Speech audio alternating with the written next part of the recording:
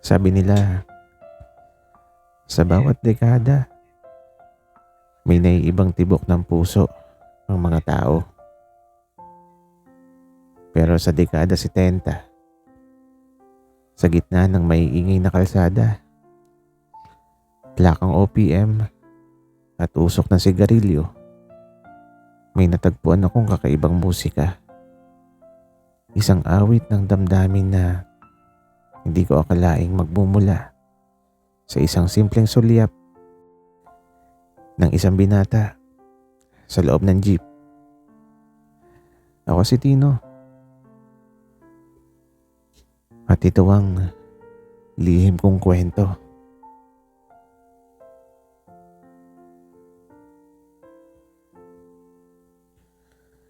Mainit ang hapon. Nakaputing polo kong may maninipis na pawis sa likod. Galing sa klase. Sa jeep na kulay dilaw, amoy gasolina at pabangong murang cologne. Napansin ko siya. Isang lalaki na nakaputing t-shirt, may manipis na bigote, at buhok na parang ginamitan ng pomada. Nakaupo siya sa dulo, nakatingin sa labas, parang wala siyang pakialam sa mundo. Pero ako, halos mahulog sa kinauupuan ko.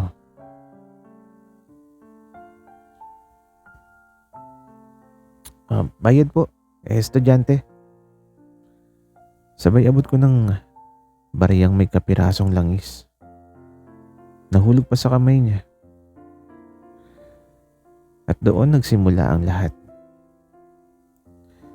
Ngumiti siya, tinapik yung balikat ko at sinabi, "Huwag kang kabahan, iho. Ako nang mag-aabot." Iho? Pero ramdam ko, hindi lang yun basta tawag. Para bang may lambing na may tinatagong init.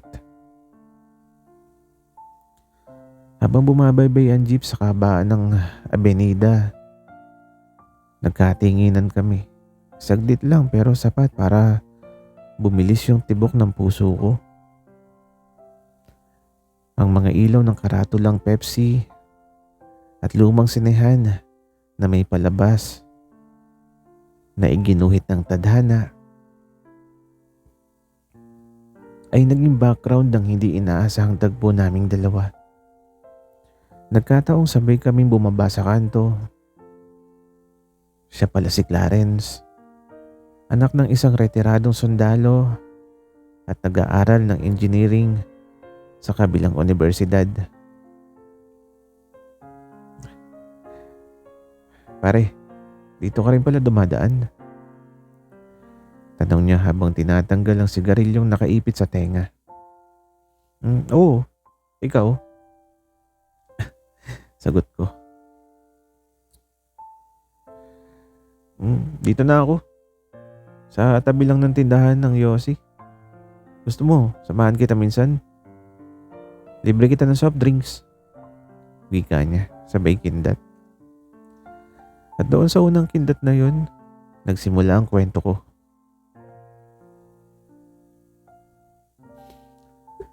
Pagkatapos ng araw na yun sa jeep, hindi ko akalain na muli kaming magkikita.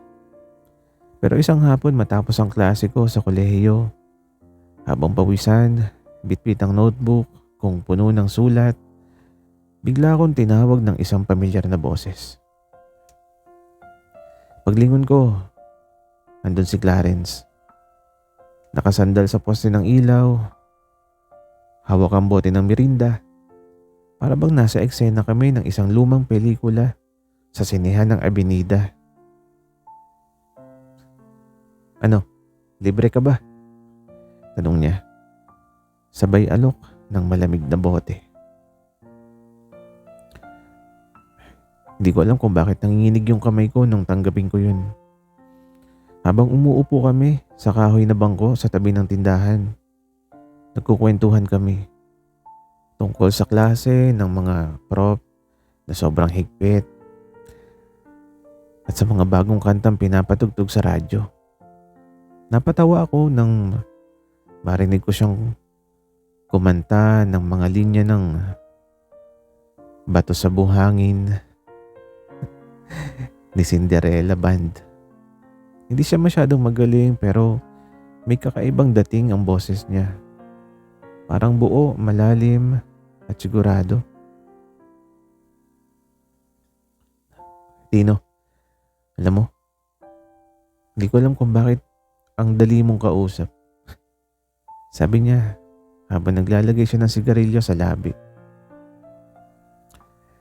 Tiningnan ko siya at bago niya sindihan, mabilis kong inagaw yung lighter. Bawal yan sa estudyante, diba? Biro ko. Tumawa siya na parang pinapaikot ang buong paligid. Ganon. Kung sabihin kung ikaw yung dahilan kung bakit gusto kong humit-hit. Natigilan ako. Hindi ko alam kung biro ba yon o may ibig sabihin. Pero isang bagay ang malinaw. Sa pagitan ng zip, ng soft drinks at alon ng tawanan naming dalawa, nagsimula na yung hindi pang karaniwang pagkakaibigan. At ang puso ko, may kakaibang pag-asang baka hindi na lang to basta simpleng pagkakaibigan. Noong Sabado ng hapon, hindi ko alam kung bakit parang may kaba sa dibdib ko. Nakasanayan ko na kasi na maglakad mag-isa pa uwi galing sa klase. Pero bigla na lang dumating si Clarence sa may gate ng eskwelahan. Nakaputing t-shirt na naman siya. Pero ngayon may dala siyang maliit na transistor radio sa balikat. Tumutugtog ng Kapalaran ni Rico J. Halika Tino, sa Luneta tayo. Libre kita ng fishball. Sabi niya na para bang wala na akong pagpipilian. Sa loob ng jeep, halos ramdam ko yung init ng balat niya sa tabi ko. Ang bango ng pomada niyang may halong pawis at kahit siksikan parang kami lang yung tao ron. Nang makarating kami sa Luneta, bumungad sa amin yung amoy ng damo, usok ng mais at mga batang tumatakbo sa paligid ng fountain.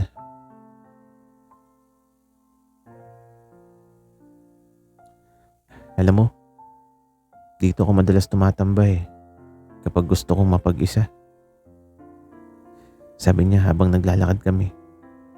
Tumingin siya sa fountain tapos bigla siyang tumingin sa akin. Sabi pa niya, pero ngayon mas masarap. May kasama. Hindi ako nakapagsalita. Parang natulala ako sa paraan ng pagkakasabi niya. Naupo kami sa sementadong upuan, hawak-hawak ang tigi-isang fishball stick. Tapos bigla siyang nagkwento ng mga pangarap niya.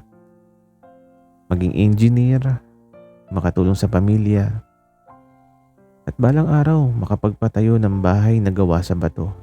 Matibay, hindi basta natitinag ng bagyo. Tino, ikaw, anong pangarap mo? Hindi ko alam kung dapat kong sabihin ng totoo. Na ang pangarap ko makaramdam ng pagmamahal na totoo.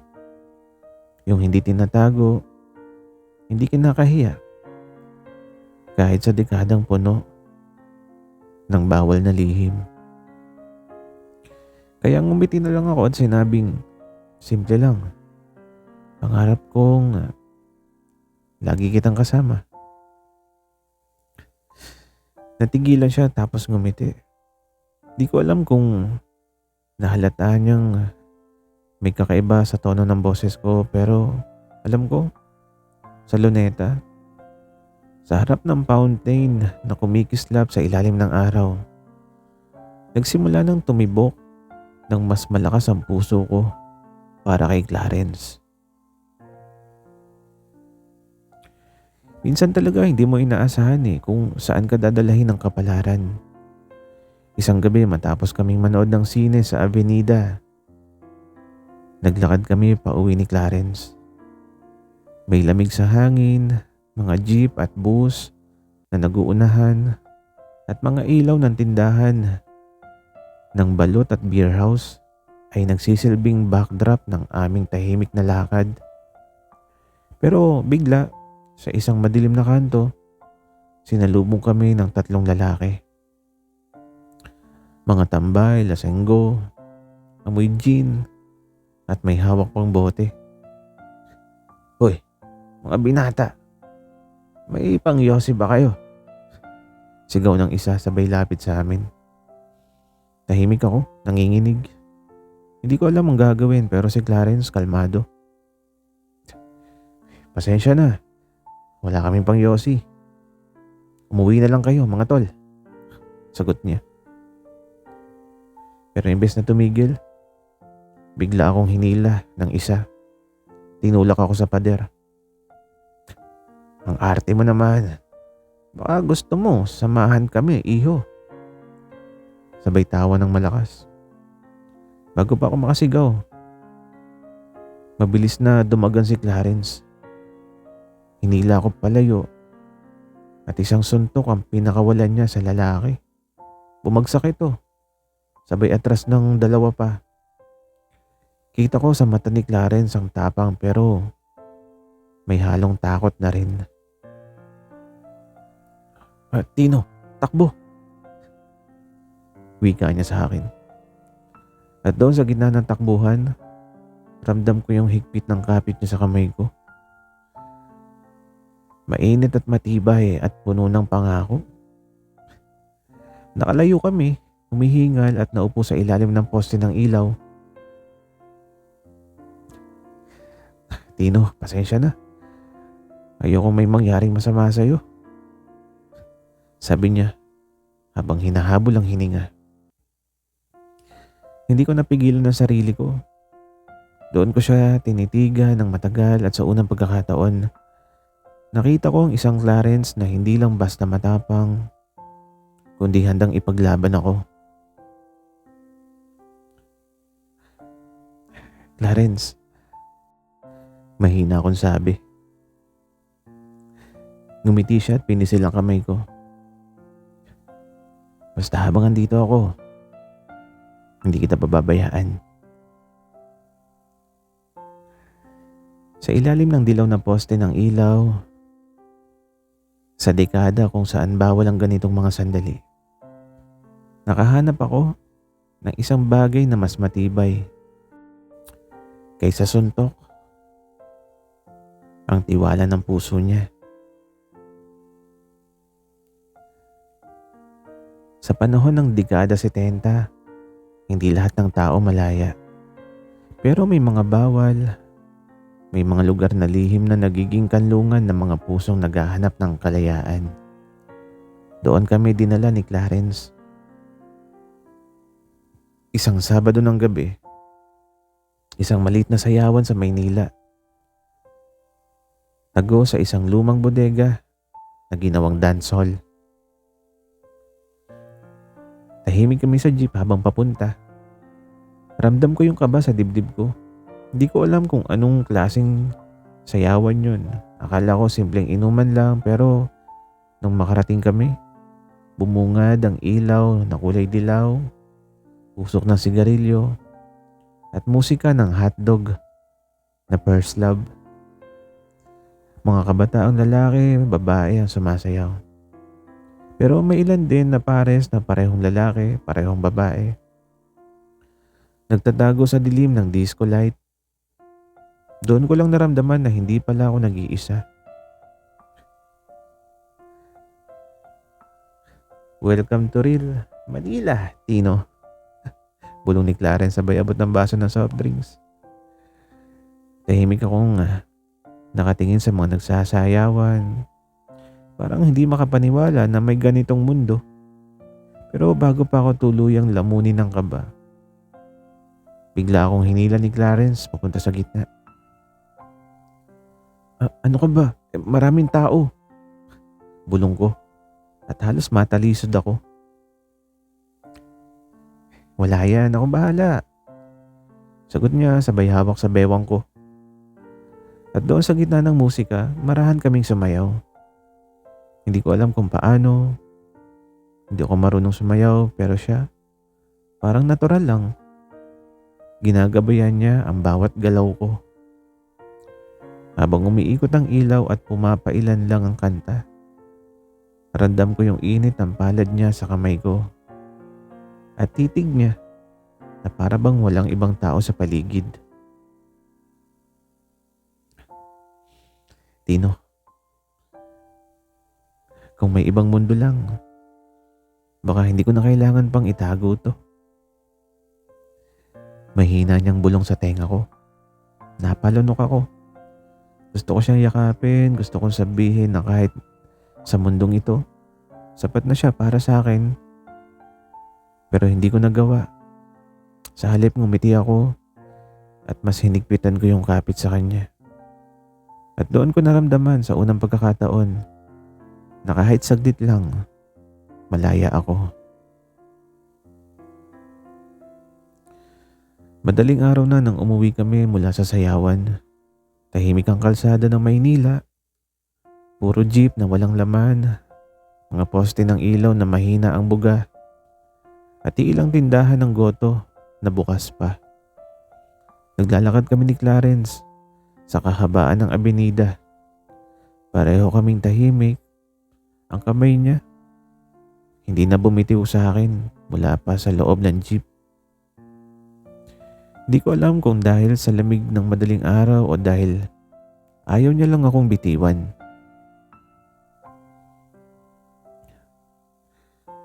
Tino, natatakot ka ba? Basag niya sa katahimikan. Natatakot saan? Sagot ko. Kahit alam kong pareho kami ng iniisip. Natatakot ka ba na may makakita sa atin? Tanong niya. Sabay hinto sa ilalim ng poste ng ilaw. Huminga ako ng malalim. Tumingin ako sa kanya at kahit nanginginig ang tuhod ko, sinabi ko, kung kasama kita, hindi ako natatakot. Para siyang natigilan at bago ko pa maramdaman yung bigat ng sarili kong mga salita, marahan niyang inilapit ang mukha niya. Hindi halik. Hindi pa pero sapat na yung lapit para maramdaman ko ang init ng hininga niya. Salamat. Ang dami ko nang kinatatakutan sa buhay pero kapag kasama kita, parang kaya ko ang lahat. Mahina niyang sabi. Ngumiti ako. Sabi ko, di lagi mo na lang akong kasama. Naglakad kami muli at nang makarating kami sa tapat ng bahay ko, doon siya tumigil. Hindi siya pumasok. Nakatingin lang siya sa akin tapos ngumiti. Magpahinga ka na, Tino. Bukas ulit ha. At bago siya tuloy ang lumayo, iniwanan niya ako ng isang simpleng tapik sa balikat. Pero para sa akin, higit pa yun sa halik. Yun na yung pangakong babalikan niya ako. Sa unang pagkakataon, natulog akong nakangiti kahit alam kong marami pang unos yung darating. Isang linggong lumipas bago ko ulit nakita si Clarence. Malakas ang ulan noon. Habang bumabaha na sa mga kalsada ng Maynila, sa boarding house ko, abala ang lahat sa paglalagay ng mga palanggana sa ilalim ng tumutulong bubong pero ako, nakaupo lang sa kama. Hawak ang isang sobre na iniabot ng landlady para sa akin daw.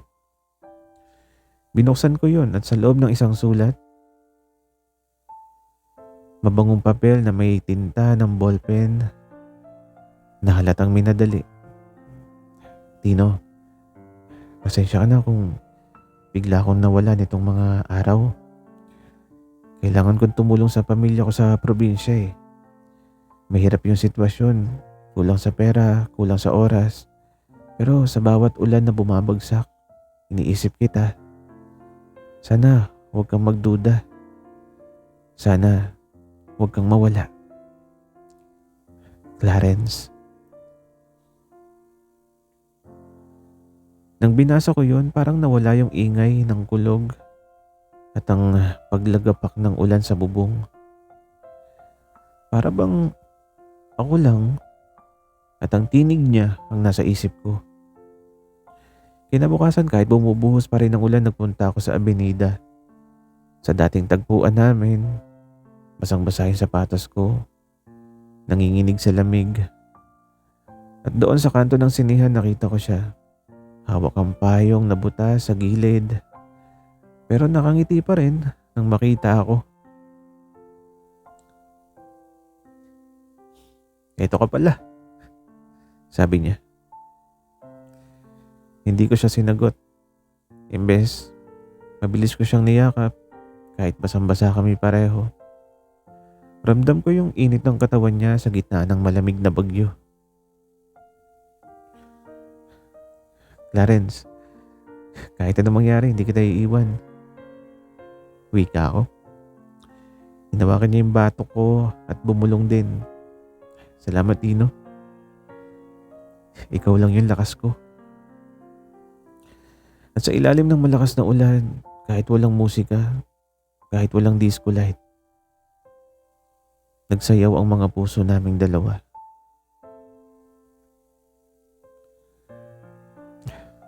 Pagkalipas ng ilang linggo, tila mas lumalim yung samahan namin ni Clarence. Madalas na kaming magkasama sa Luneta, sa mga sinihan sa Avenida, minsan sa simpleng tindahan ng soft drinks lang. Pero isang gabi, nag-aya siyang maglakad papunta sa tabing dagat ng Rojas Boulevard.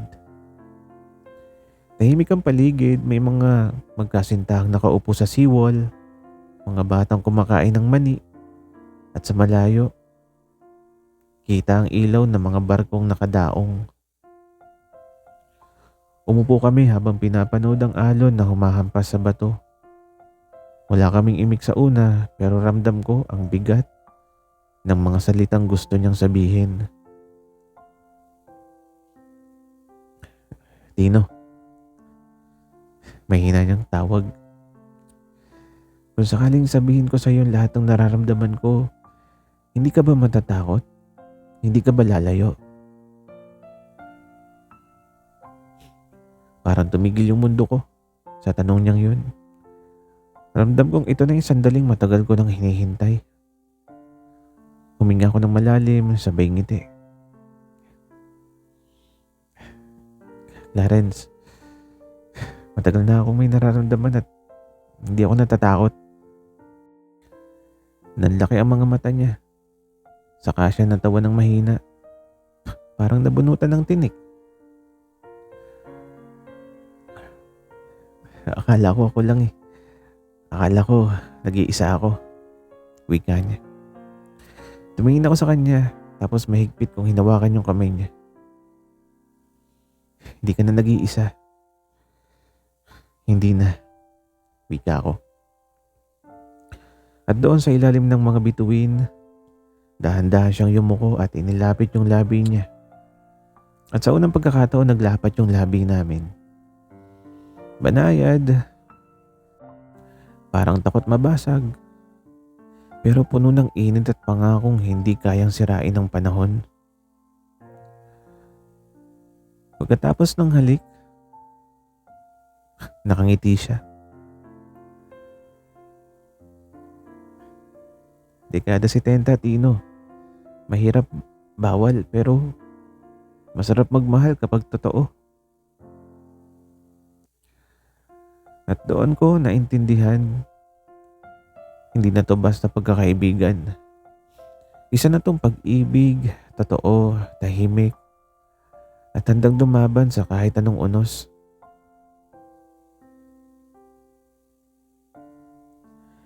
Hindi lahat ng pag-ibig ay madaling tanggapin, lalo na sa panahong yun. Nagsimula ang pagsubok ng isang hapon, bigla akong sinundo ni Clarence sa eskwelahan.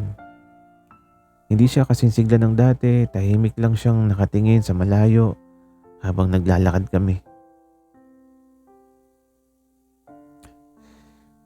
Tino, nalaman ng tatay ko. Nanlamig ako. Anong nalaman? Wika ko. Na lagi kitang kasama, na may kakaiba daw sa kilos ko kapag ikaw yung kasama ko. Buntong hininga niya. Pilit ng ngumiti pero halatang mabigat sa loob. Sinabi niyang baka raw masira yung pangalan ng pamilya namin kapag magpapatuloy ito.